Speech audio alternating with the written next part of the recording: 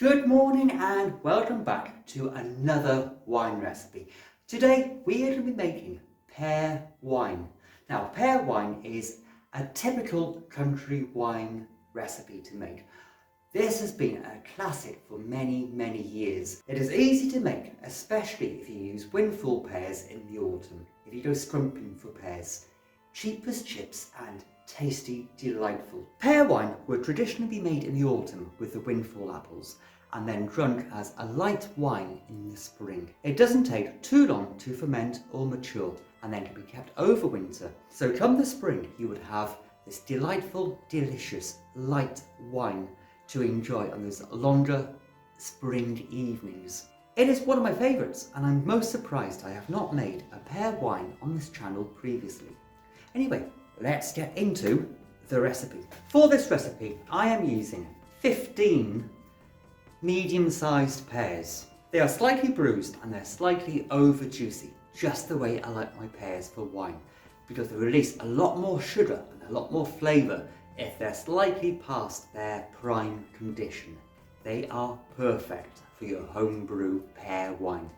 Anyway, first thing we need to do is get them all chopped up into little chunks. The smaller you chop them, the bigger the surface area, and that means the more flavour and juice they can release into your delicious pear wine. So let's get chopping. With your pears all chopped up into nice small slices, you want to grab yourself a clean, sanitised fermentation bucket.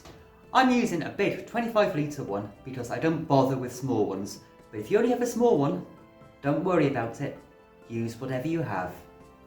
I'm pouring all of your sliced pears. On top of the pears, we also want to add 1 kilogram of granulated sugar. Because the pears don't offer much body to a wine, you want to be adding 1 banana. So peel your banana, put the skin in, and the banana as well.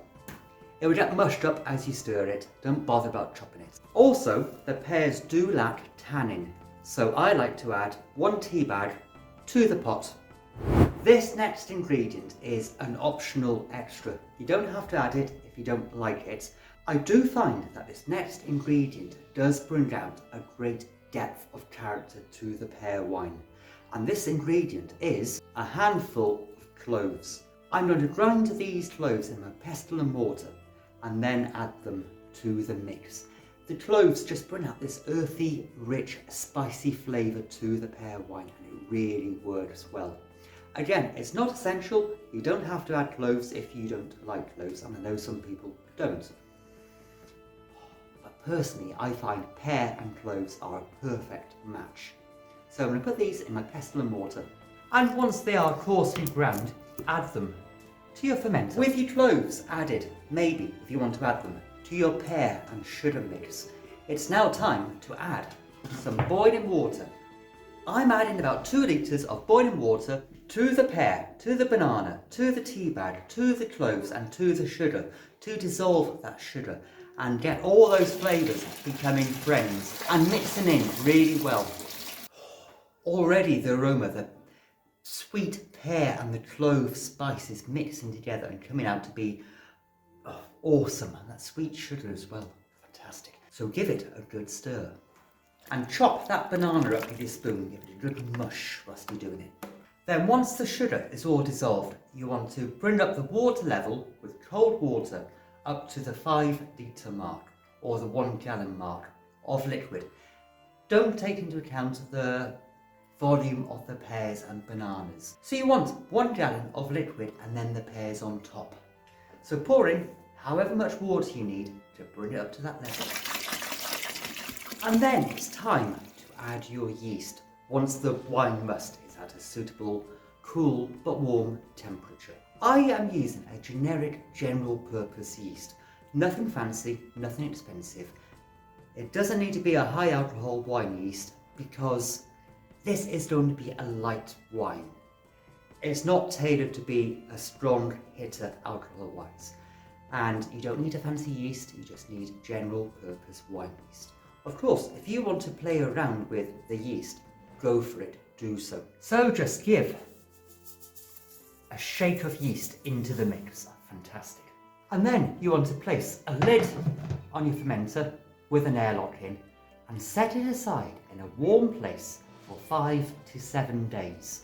And then I'll be right back with you in a minute now to continue with the rest of this recipe. Hello you! A week has passed since I started my pear wine. It is looking brilliant and divine. The aroma coming off is pear and clove. That rich spice of the clove is smelling perfect and I can't wait to try some. Anyway, what we need to do today is transfer all the liquid from the fermentation vessel into a clean, sanitised, sterilised demi-jar. So before we do that, why don't you come and have a look at the pear wine? It's bubbling away really well. It's been kept in a warm place on a heat mat, and those bubbles show that the yeast is really turning all that sugar into alcohol, and that is the desired effect. That's what you want to see. You want to see a primary fermentation vessel bubbling away, going mad, being all frothy and delicious. So I will be siphoning the liquid from the primary fermentation vessel into that clean demi-jar. You can try and pour it if you like. I just find I have better results by siphoning. And there it is, looking all perfect and brilliant. A full gallon's worth of liquid came off those pears, which is good. They gave a bit of juice themselves, so it's going to be extra pear juiciness. The colour is looking amazing. It's going to be bright and vibrant, this will be. It's going to be a straw-coloured white. And if you make this in the autumn with windfall apples, it'll be perfect for the spring. All we need to do now is simply insert your airlock and set this aside in a warm place to carry on fermenting. Then once it's finished fermenting, let it clear, bottle it and drink it quite young. It doesn't need a lot of maturing, but it will benefit from aging. If you set a few bottles aside for a year or so, it will be sublime. So if you have enjoyed this video, why don't you give me a like and check out this video up by here for another brilliant recipe. You have fun now. See you soon.